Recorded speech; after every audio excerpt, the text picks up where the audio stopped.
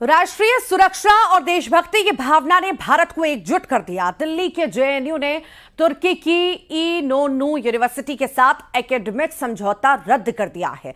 तो लखनऊ, कानपुर और गाजियाबाद में तुर्की के खिलाफ जनाक्रोश सड़कों पर दिखा है। आइए इस रिपोर्ट के जरिए आपको दिखाते हैं।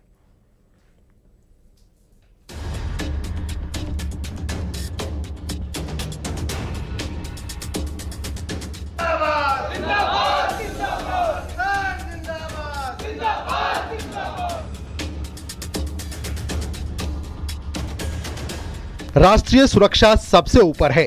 इसी का नतीजा है कि भारत के खिलाफ पाकिस्तान का समर्थन करना आतंक के मददगारों को भारी पड़ रहा है। दिल्ली के जेएनयू ने राष्ट्रीय सुरक्षा संबंधी चिंताओं के चलते तुर्की की इनोनू यूनिवर्सिटी के साथ अपने एकेडमिक समझौते को रद्द कर दिया है।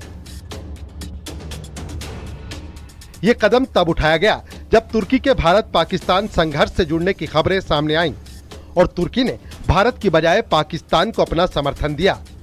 जेएनयू की तरफ से बयान में कहा गया है कि वो ऐसे वक्त में राष्ट्र के साथ खड़े हैं। JNU teaches Turkish as a language in the School of Languages, Literature and Culture. And we have an Indian professor who does it.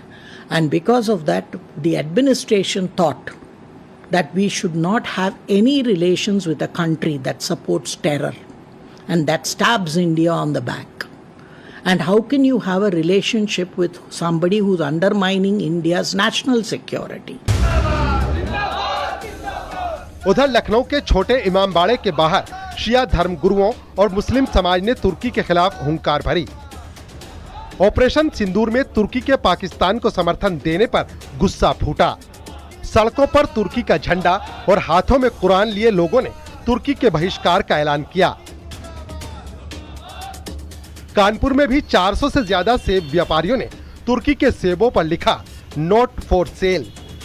गुमटी के व्यापारियों ने कहा कि हम इन्हें खराब कर देंगे लेकिन बेचेंगे नहीं।